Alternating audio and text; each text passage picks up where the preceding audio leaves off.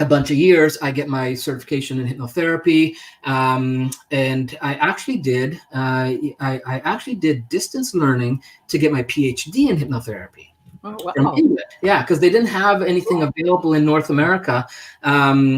University of Cambridge in England, and it was all done through snail mail. I mean, we had to record stuff on audio on the little cassettes. I had to send them off in mail. And I mean, Wow, that's cool. crazy.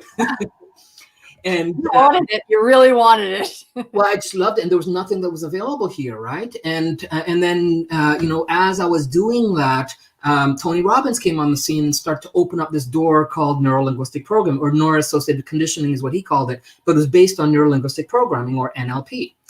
And then I tapped into NLP, and I was like, whoa, this is like hypnosis on drugs. It's like, it was so great. Your ability to understand the mechanisms, how the mind works, and to be able to pinpoint and create shifts.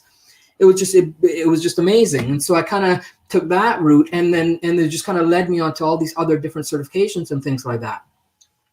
In 2009, I retired as a hypnotherapist. I was like, well, what's the next thing? And Ross and I just happened to, synchronistically, the universe just put us together, and there's a whole whack of different events that made that happen. And he and I just connected like instantly. And we had conversations around, the personal growth movement. And what we saw, that there was a lot of great teachers out there and a lot of good content out there. But the challenging thing, or the troubling part of it, was we saw that there were so many people that came to workshop after workshop after workshop, and they left and they do great during the workshop, and they go back and their lives are still a mess. Right. And so we're like, well, I don't understand, because what they're getting is great stuff. We know it's good. It's not that, that the people they're going to and learning the stuff from is giving them crap. They're getting good stuff. So what was the missing piece? And so that was kind of like the spark that ignited for us to kind of come together to put together the Infinity process, which is really an element of, it's a delivery system that's different than anything that's currently out there. Right. So the metaphor I like to kind of use it for is that in nutrition, right, if you have a nutrient or a vitamin or mineral of some kind, and you take it, if it isn't taken in an optimized delivery system, whether it's a pill or injected, then it doesn't have the impact. Right. Your body doesn't absorb and utilize it because the delivery system isn't right. So some vitamins, minerals, and healing modalities understand that the delivery mechanism is the thing that's going to make the biggest impact. Right. I was talking to a lady at the health food store, and I was like, okay, well, so what's the difference between a tincture, if someone gives me a tincture, or if I have actually, it was apple cider vinegar, right? So what's the difference between if I take the apple cider vinegar straight, right, or if I would take a pill, a capsule of apple cider vinegar, or the gummy bear apple cider vinegar, right? Because the gummy bear tastes the best. And she said, well, the difference is the delivery system. When you take the apple cider vinegar itself, the body then takes it and is able to utilize it the most optimized way. And that's the first and foremost. And the second is the pill, where it then becomes something that has to break down, but it's better than the gummy bear, right? So what we've done is we've taken what we believe to be some of the top personal development, spirituality lessons and tools, and put them into a system where when we teach people these things, we don't just teach them the technique or methodology or whatever. We teach them then how to take that and to actually code it into the reality that they have, the environment that they have, so that it's consistently being fed back to them. Because the problem, what we found was, and we interviewed quite a few people to kind of formulate, okay, that's what the issue is. It wasn't about the information not being good. It was that when they went back to their lives, the everyday life patterns and stuff they grew up with, and just even the busyness of they forgot those things, those techniques, those tools. They forgot not only the techniques themselves, but also forgetting to utilize them.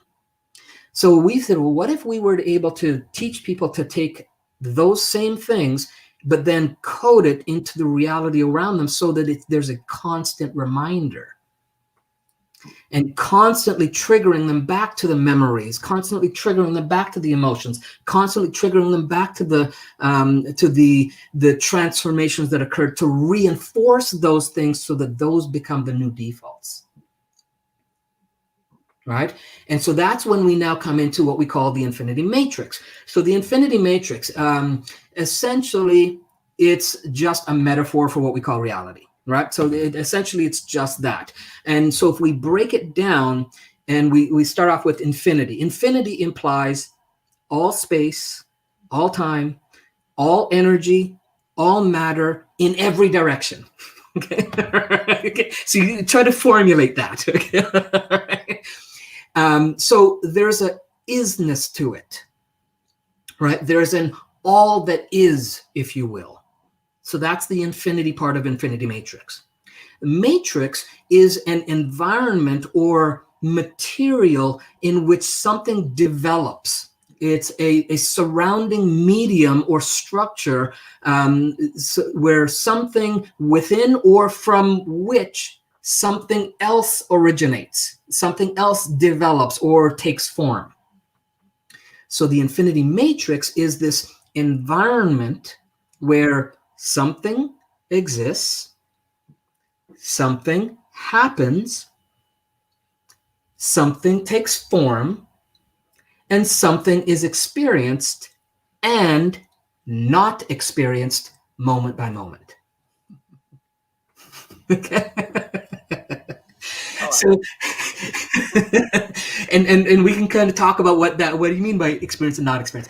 Because that's the key, right? Understanding that piece of that whole puzzle is that there's something that's experienced, and at the exact same time, there's something that's not experienced at the exact same moment. And it's in the not experiencing part of reality where the answers are. Got it. Got it. Dave, you better jump in and ask a question here. We might only get two. That's a I asked you really you're in Vancouver now. What was the experience and the not experience of moving to Vancouver, and how is it?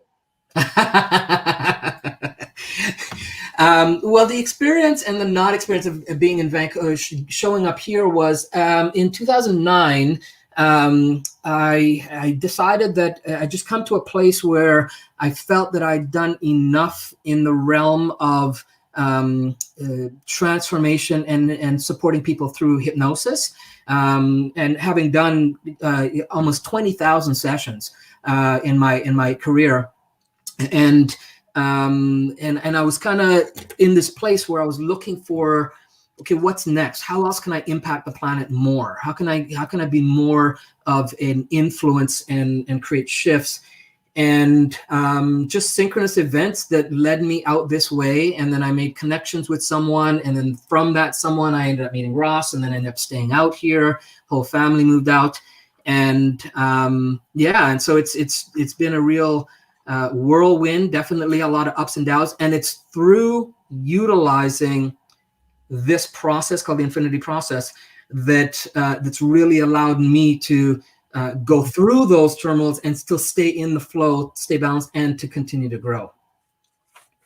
Thank you. Yeah. You know, one of the names that you mentioned is Bruce Lipton quite frequently, right? And my brain is going between, is this manifestation? Is this, quantum physics? Is this a combination? So maybe speak to that a little bit. Yeah, well, I think everything is manifestation, but I think it's there. The word itself has gone through the ringer in the industry. So it's not it's not necessarily the sit down and put the hopes out or put the meditate and things will show up. and at the same time, it kind of sometimes is. So there is a mixture. It's if you think of Dr. Joe Dispenza, who talks about more of the quantum realm of things, right? And then you've got Dr. Lipton, who talks about the genetic realm of things. And then both of those are tying it into the spirituality. And so what we do is we're taking that and blending that with the way that we actually create the reality we experience. Mm-hmm. Right. So in the Matrix, right, there's in this environment of the infinity matrix, there's this constant flow of feedback from the internal matrix of what's going on inside, how you feel, how you think, and there's an internal matrix going on too, right? And then there's an external matrix of the things that are around you and that can impact you or influence you in different ways. Well, where you exist is right in the middle of that, where they combine together. It's the convergence of that, convergence into that place that we call now, right? So moment by moment, you're experiencing the internal and the external, and there's a constant flow happening all the time, right? So what we want to do is we want to bring people into awareness that there are many ways that you can hack the infinity matrix so that it serves us on a more conscious and intentional level, and then to have it become unconscious again. So it's just natural. Mm-hmm. So there's less. So there's no effort. Mm-hmm. Is there something specifically that Dr. Lipton writing or sharing or connection with you has sort of been a aha or a real nugget for you? Anything specific? So between 2004, maybe about 2003 to about 2008, when I lived in Brampton and we had our hypnosis centers, every Thursday night I would have a gathering of friends and colleagues at our house on Thursday evenings, and I'd call it the TNT, Thirsting and Thriving Thursdays. and what I would do is because I had, like, and I still do, a ton of personal development stuff, and at that time I was like, okay, well, I can't just keep doing work all the time. I got to do something to grow myself. So I started this TNT Thursday night thing, and what we would do on Thursday nights is I would put on a learning video of some kind, and we'd all come together. We'd watch it after work, so it'd be like 9 o'clock at night. We'd watch, and then we'd have conversations about it. And one of them was biology belief. It was a video on biology belief where Bruce came in. He was talking on stage, and the thing that hits me with Bruce's information is, and it coincides with a lot of other stuff out there, including Dr. Joe Dispenza stuff, is that our genetics are not, we don't come up with, they're not pre-written, right? They're influenced by our environment. Mm-hmm. And so with the infinity, and so that's why we also resonate so much with Bruce's stuff. If our environment can influence everything from the quantum field to the genetic field, then we're talking about some core programming here. Right. And so if we can tap into a way to impact the environment so that it has an effect on the neurology and the internal and the external matrix, then we start to make some real powerful shifts. Mm-hmm. Thank you. I have a few things here. So on, I'm sure you've watched it, Garry, on Gaia TV. Bruce Lipton has that whole series, right? As well as Dispenza and Greg Brady and all of these amazing people, right? Yeah. So there's a few things here, and I just wanted to throw these out at you. And I know that a couple of them came from maybe somebody else, but he was speaking about it. He says, your subjective experience carries more power than your objective situation. Mm-hmm. Right? Yeah. Your belief carries more power than your reality. And your beliefs create your live experience. Yep. Yeah, and that's 100%. And so what formulates your belief though is the environment that supports that, right? So if someone is in an environment where they're surrounded by lack, then that supports that belief system. Right. And so therefore, then that becomes more important than anything else, because their belief system is influenced by those things, because they were never taught how to make that shift. So here's the thing is to understand is that, and in our programs, we show people this usually on the first day, that right now, wherever you're listening, wherever you're watching from, okay, there is, and I guarantee you this, it doesn't matter where you are, it's 100% across the board. There is an existing code in the environment around you that you never knew existed, and no one told you how to, number one, become aware of it, and number two, shift, alter, or adjust it so that it serves you instead of you serving it. It's in you right now. It's if you're, as you're looking at the screen, I guarantee you right now, we show you that within the first hour of our programs, because it's important to know that it's there. Mm-hmm. It makes me think of, I have it right here somewhere, it makes me think of Fractal Time and these kinds of books, right? And it's interesting what people believe, how we grow up, the narrative that we grow up with. Often we hold that pretty tight. I mean, psychotherapists, I'm dealing with that daily, just as you did it in your practice. And what people believe they tend to see. It's not even that it's there, it's just that you're going to see what you believe or what you're looking for. Yeah. And an even level above that is the metaphors that we buy into, right? Or the archetypes, right? So there's the archetypes and then the stories within the archetype, right? And so, so there's a lot of things to understand about how we create the reality. And I think that's, an important piece. And then to know what are the different levels of coding that we can tap into and adjust. And with the infinity process, we can see where all the different types of personal growth stuff, where in the reality, in the code of reality that they fit. And some fit, at some higher levels, and some fit more some base code levels. NLP tends to be one of those ones at a base code level, because, and that's why it gets such powerful transformations when it does. Right now, there's a lot of variables in someone getting NLP shifts and adjustments, from the therapist to the technique to the individual. There's a lot of variables in that for sure, but you can't deny that the power of NLP when you understand how it works and the impact it's made on our planet over the last 30 years. Mm-hmm, mm-hmm. Dave, do you have another question before we go to 30? In what ways did your martial arts influence your current infinity matrix process experience? So I always did martial arts from day one, even though I did full contact kickboxing. I did a lot of tournament stuff, and then I did the stuff in Ontario. So I was martial arts before I got to Brampton. In another Shaolin Kung Fu system, and I always went into it because I felt a draw to it, kind of like I did with hypnosis, a draw to it because of the spiritual aspect of it, right? And that was really, I was never into punching and kicking people. I did it when I was 16 because I've been living on my own since I was 15 and a half, and I had to protect myself. Right. So it's for a form of building my confidence and protection.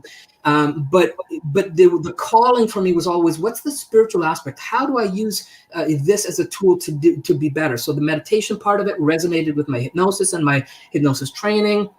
And then when I got to the training that Deb and I were both a part of in Brampton there, the Beyond Kung Fu, I found that the methodology of teaching in the Beyond Kung Fu system was absolutely light years above and ahead of anything in the martial arts realm when it came to using your body as an instrument to access and to tap into enlightenment. And for me, that was like, I'm sold. It was like when on my first intro, I got it. I was like, I get it. Right? You get grabbed by the neck and taken down like that. It's like you have to get there every time. You mean Yeah. Oh, there goes the bells. We'll have to postpone the right arm section. No, you get it. We get it. And now we invite you to be present for the 33 magical minute. Yeah. And I have a feeling you've got a wonderful experience to share with people today. So I do. So in all of our, Ross and I do a weekly live stream on Facebook on the Infinity Matrix group. And in every stream that we do, we not only give info and talk and give some content, we add into every one of them what we call a micro hack. So it's a process or technique that you can use and take away right away and start to hack the Infinity Matrix, start to notice some shift or adjustment right away, right in your life. So what I'm going to do today is I'm going to share, let me see if I can pull it up here, because I'm going to do a screen share. So I'm going to get the right thing in the right spot. Okay. So and I was kind of saying, okay, well, what should I do for these guys? And, I wanted to give you something that we haven't yet taught on the live stream. It will be at some point. But so you guys are getting this first time. It says premiere here, world premiere. I'm just going to put this up real fast. This is what you're looking for on Facebook with these guys. So it's facebook.com/groups/the Infinity Matrix. And you have to answer the questions there to join in to become a member. Otherwise it dumps you out. So the screen share, there we go. And then hold on, it says share. Oh, there we go. Okay, this is number 3. All right, so if I'm looking this way, it's because my screen's there. It's not because I'm ignoring you guys. Okay, I'm putting it up. There we go. Okay, so what I'm going to do is, because the title of the is Pray Love, I wanted to kind of give people some a hack into the emotions in the Infinity Matrix. Okay, so one of the things to understand, and a lot of people, fall into the trap or the narrative, is that they don't have control of their emotions. Okay, and there you go. And so, through all of my years of experience of working with myself and with others, that is absolutely not correct. So, what we want to do is we want to utilize a tool here that's going to allow you to understand, first of all, what emotions you're having on a regular basis, because that's important, right? And then second of all, how do we hack it so that it's something that serves us instead of us serving them? What happened here? There we go. Okay. So what I want you to do is, and I'll share this with Deb. I don't know if you can get this out to everyone, maybe in an email or whatever, but I can share this after so that everybody actually has the worksheets and they can utilize it as well. So what you want to do is you want to make a list of emotions that you feel on a daily basis, and then you want to categorize them into the positive and the negative side of things. Okay, you want to. First thing this will do is it will show you just the range of emotions that you either feel or don't feel on a regular basis, and you'd be surprised. You'd be surprised how narrow that bandwidth is. And through deeper exploration, what you'll start to find is that you may have an emotion on the negative side called anxiety, but what you've done over years is you've piled on other emotions to it and labeled it that as well, right? Because there's variations of that are very similar to, but are not really anxiety, right? And so this starts you to kind of look at, okay, what are those emotions? And it's a good exercise to do on the end of the day. What are the emotions that I had today? So you start to become aware of what is in your bag of emotions that you have on a daily basis. And it's really important to be aware of your emotions because they drive everything, right? They're the drivers of action and the drivers of thought. They're the drivers of everything, right? So being aware of it is the first thing. So make a list on the negative on one side and positive on the other. Then understand that all emotions have a strategy. They don't just show up, even though they seem like they do sometimes. Okay. All right. Okay.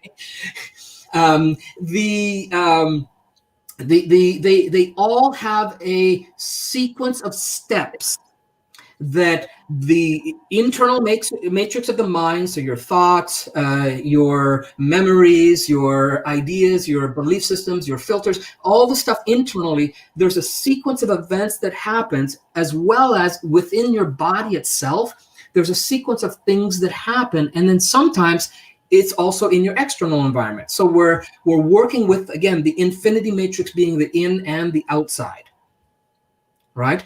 So if we start to look at, okay, so if we pick one, let's say it's anger, right? So if I had anger as an emotion today, then I would say, okay, what are the things that had to happen for me to feel anger? Maybe I had to first see someone's face. Maybe then I had to hear something. Then maybe I had to change it inside and process it to mean a certain thing. And then when that happened, then I created other images and made up this other story. And so I had this whole process of creating this emotion that happened in a nanosecond.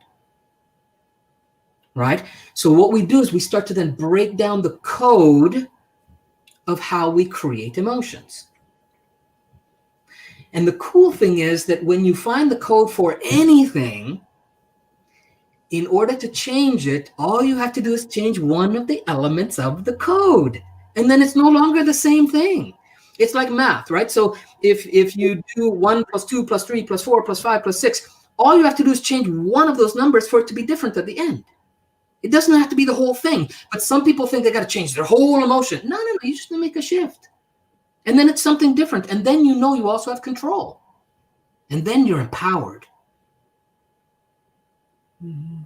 Right? And so if we want to change an emotion, the first step is to figure out how we create them to begin with. And then we can mix up the ingredients, if you will, to get the results that we want. So even on the positive side, so let's say, today I felt inspired, and I feel that a lot, but, let's say that was so I'm okay. So inspired, I had a conversation with someone and there was a synchronicity that happened. And so that made my mind jump to this thought, that thought. And then I created these images, and I'm like, I got this whole process that creates inspiration. And I feel it in my body, my blood boils, right? So if I have inspiration through the day, and that inspiration, and at the end of the day, I'm like, okay, inspirations, but didn't get me to do any action, didn't make any shifts for me. What I can do is I can look at the structure of that inspiration and say, okay, what can I do to jack that up? Right? Okay, when I feel that in my body, okay, really sense where that feeling is. I feel in the back of my neck. It's like my hair is going, not that I have much, but I feel my hair is tingling and moving, and I feel my breathing change, my body shifts. And so I can actually increase even the positive ones that I have. So it's not just about shifting the negative. One of the major principles we teach in the Infinity Process, Infinity Matrix, is we don't live in a this or that reality. Okay, it's not a this or that. It's not I feel good or bad. It's not I feel anger or joy. It's a this and that. And that too.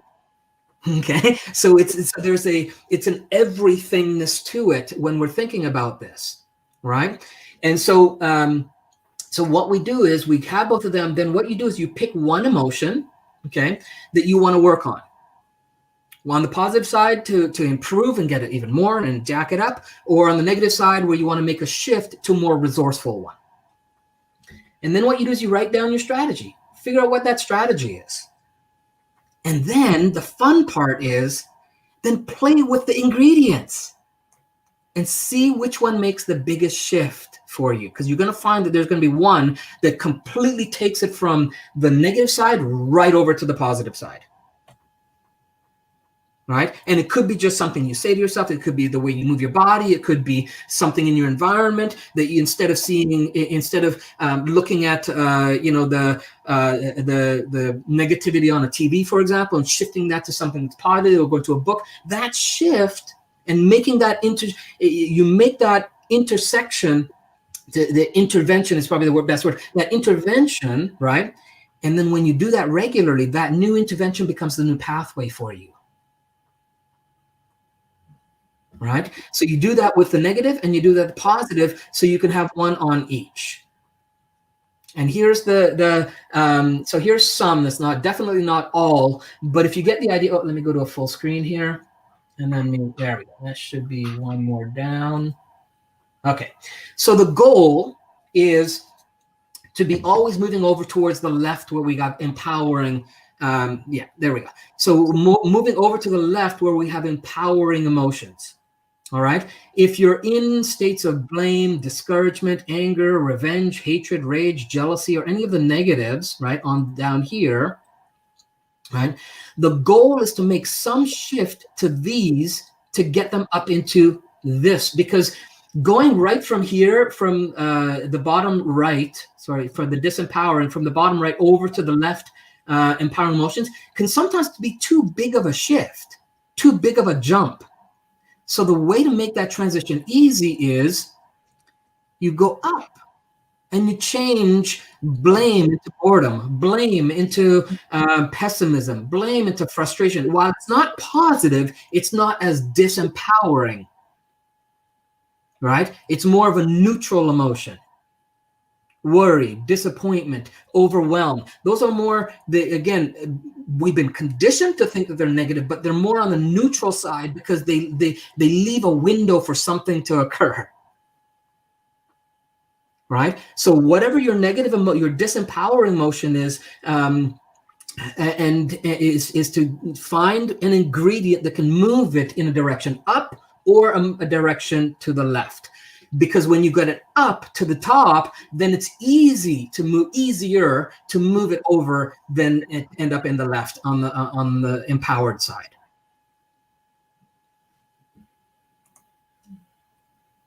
Okay, so and then what you want to do is, here's the cool thing, and I did this when I was probably,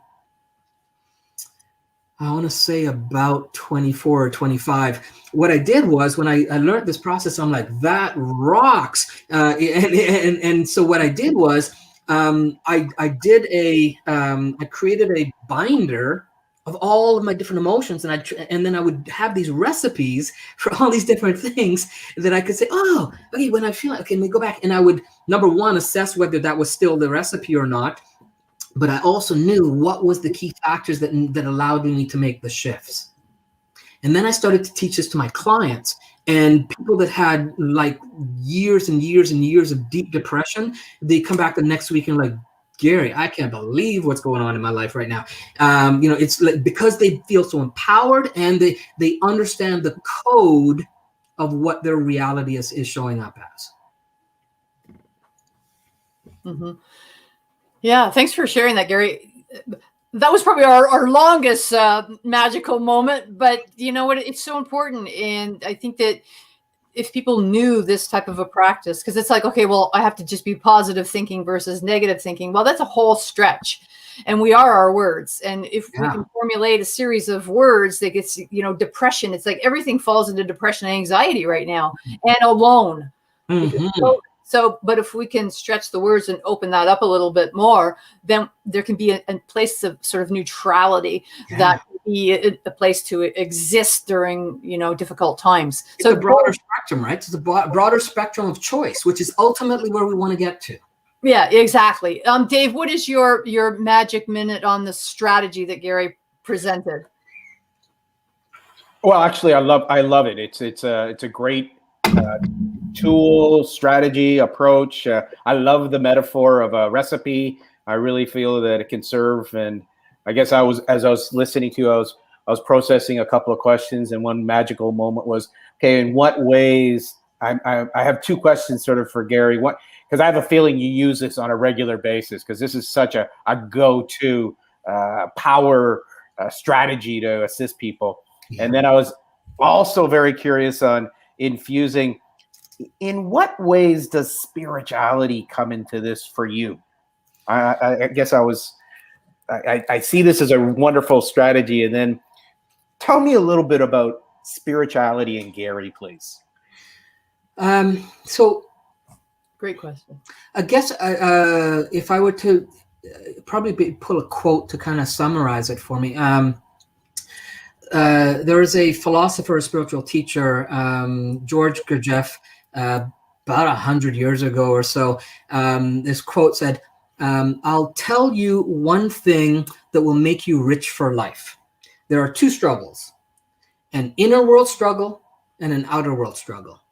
You must make intentional contact between these two worlds, and then you can crystallize data for the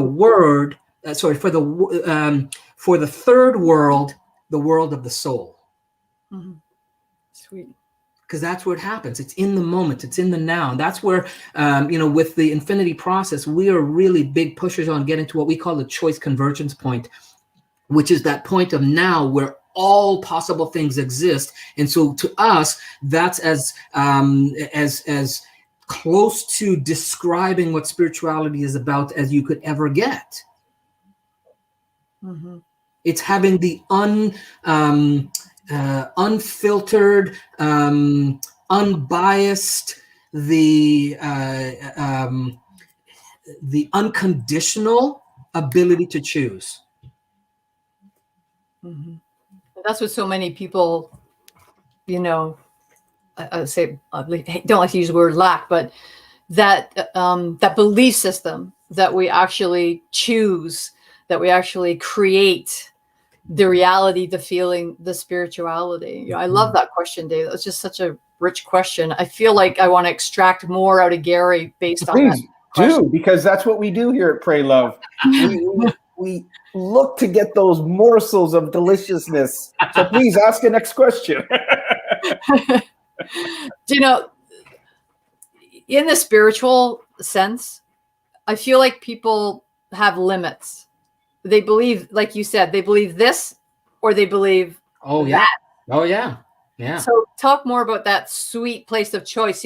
One thing that you did I went back and I watched I got so excited when I saw what you were doing, and I went back and I watched everything, and I do something similar, when you were doing the infinity, right? So you're doing the, negativity or positivity, you're doing the poles, and you're doing two, and you're pulling back into that place of choice, right?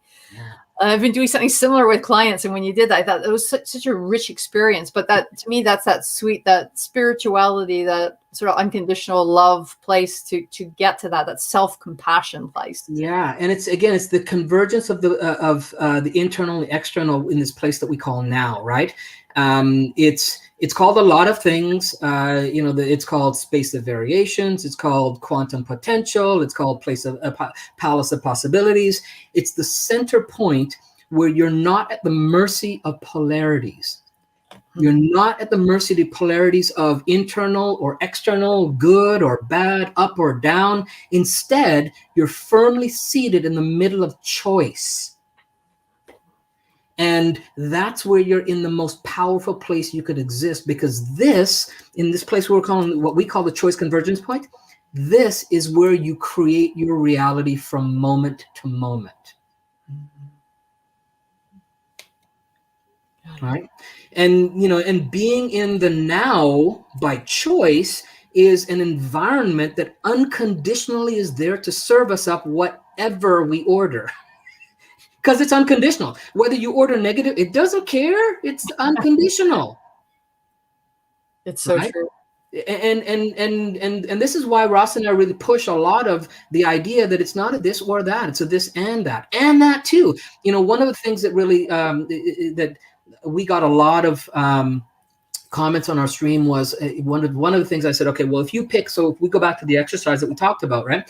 If you pick any of those negative emotions, now, however far on the side of negativity it is, right?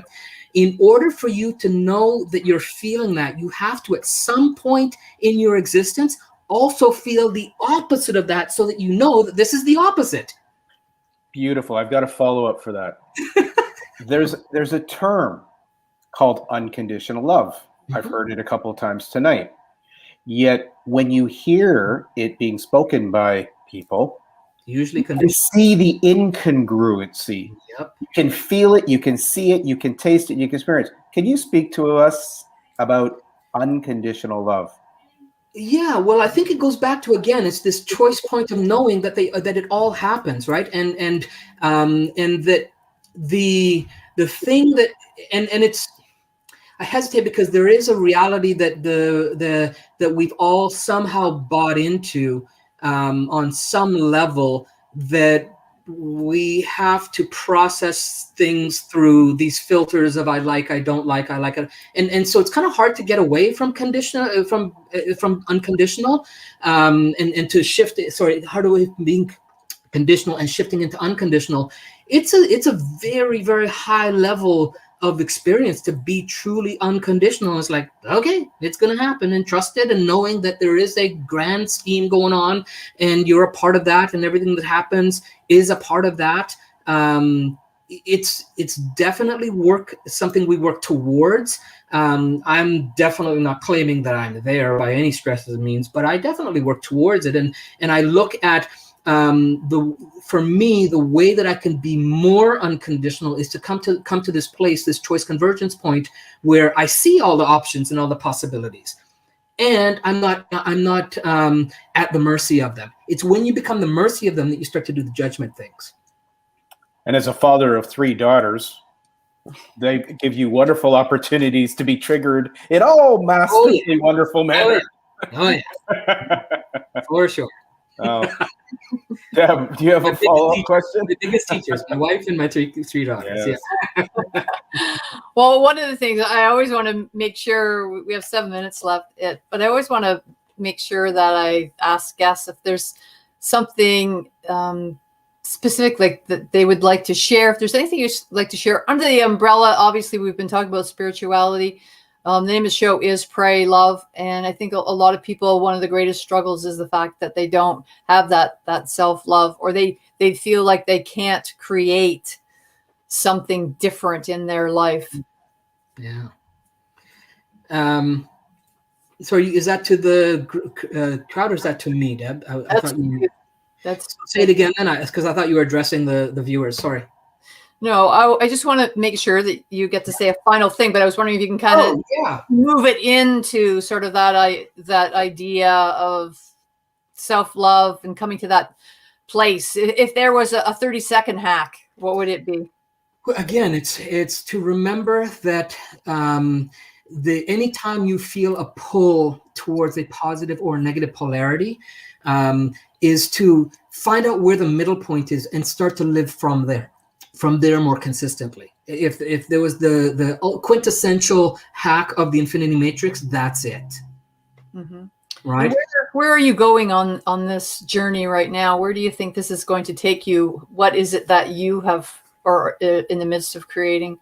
Ross and I are in the process of creating all kinds of cool things. So we're actually putting together a summit where we're going to have the Infinity Matrix hackathon, where we're going to have a 3-day summit where we have like master life world hackers come and teach different aspects of hacking, and then we'll take that stuff and tie it into the Infinity Matrix.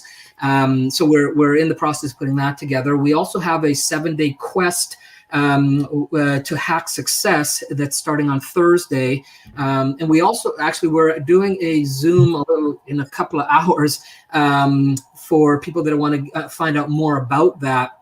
If they want to jump on and register, I can kind of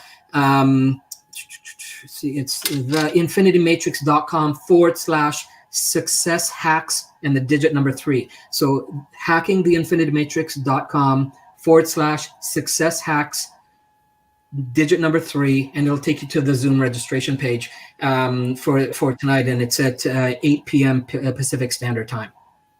So 11 p.m. EST, everybody. Correct, 11 EST, and the actual event starts on Thursday morning. So.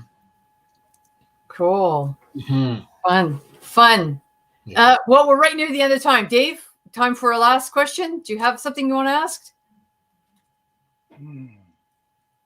What do you do as part of your morning ritual that you would like to share with our listeners today? Okay, so my morning ritual when I get up is it's changed over the years, and part of that has been with kids. But one of the things I do is the first 10 minutes of my day, I take that time to project out what I call slides. So one of the processes, I create these visual representations in my head of key moments through the day that let me know that I'm moving on path towards what my objective and my goal is.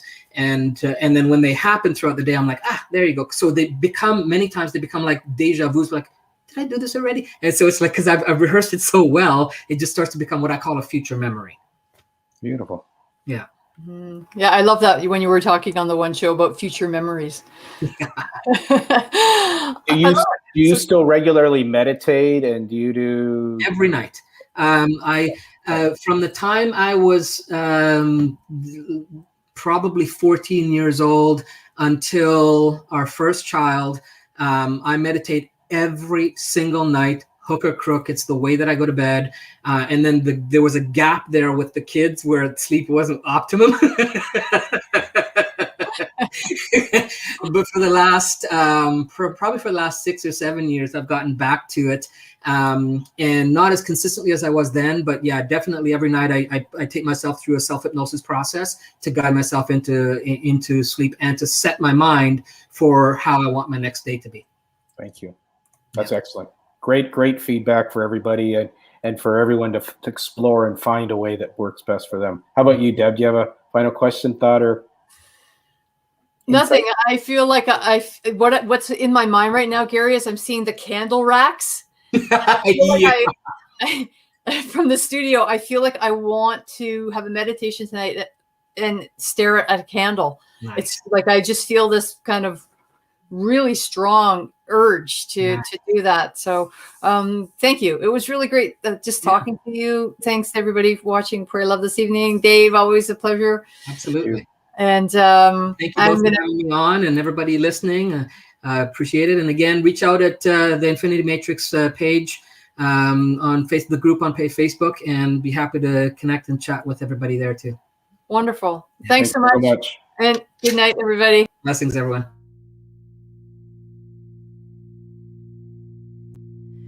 Love is all is love is all.